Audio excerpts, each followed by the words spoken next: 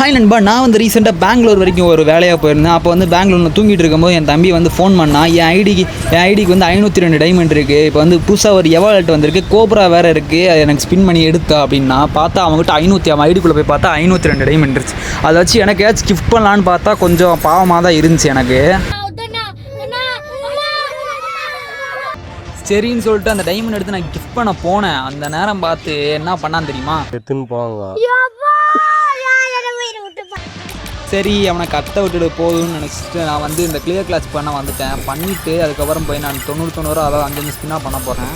சரின்னு சொல்லிட்டு கோல்ட் ராயில் ஒரு 10 ஸ்பின்னு, வெப்பன் ராயில் ஒரு 10 ஸ்பின் போட்டுட்டு நாங்கள் போய் எவல் சுற்ற போயிட்டோம். என் தம்பிக்கு பிடிச்சதேவும் அந்த MP40 ஒரு உட்பேக்கரும் தான் அது பிடிச்சதேவும். 90 ஸ்பின் போட்டாலும் அதில் கிடைக்கல. 35 லக்கு இருந்துச்சு என் தம்பிக்கு. அகைன் ஒரு 90 டைமண்ட் ஸ்பின் பண்ணுவேன், அதுலேயும் விழுகலை.